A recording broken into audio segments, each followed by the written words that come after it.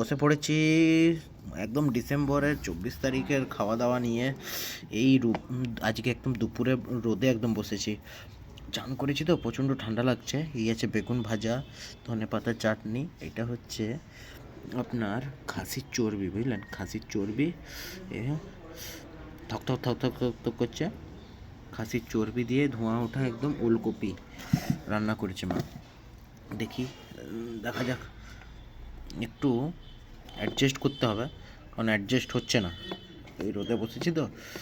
এই ওলকপি আলুর দিয়ে মাখলাম। এই যে খাসির চর্বিটা আছে নিলাম এরকম। আহা, কি হেভি লাগছে! উফ, অসাধারণ। দেখি,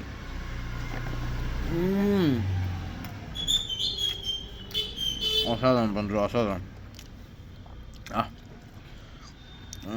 খাসি একদম রেয়াজি খাসি নয়, পুরো একদম ঘাস খাওয়া খাসি, দেশি খাসি, ছোটো খান্ডার। আহা, ধনে পাতা চাটনি একদম মা যা বানায় না, অসাধারণ। আর একটু খেতে হবে, আর একটু খেতে হবে, বুঝলেন।